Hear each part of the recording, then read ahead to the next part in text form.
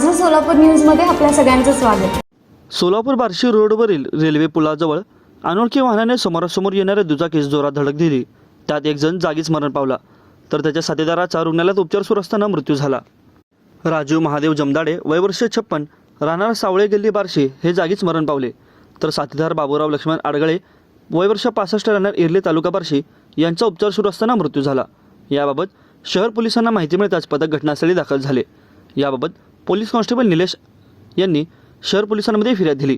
पोलिसांनी दिलेल्या माहितीनुसार फिर्यादी पोलीस व त्याच्या पथकाने अपघातस्थळी धाव घेतली असता एक दुचाकी MH12 HM 9483 रस्त्याच्या कडेला पडलेली दिसली।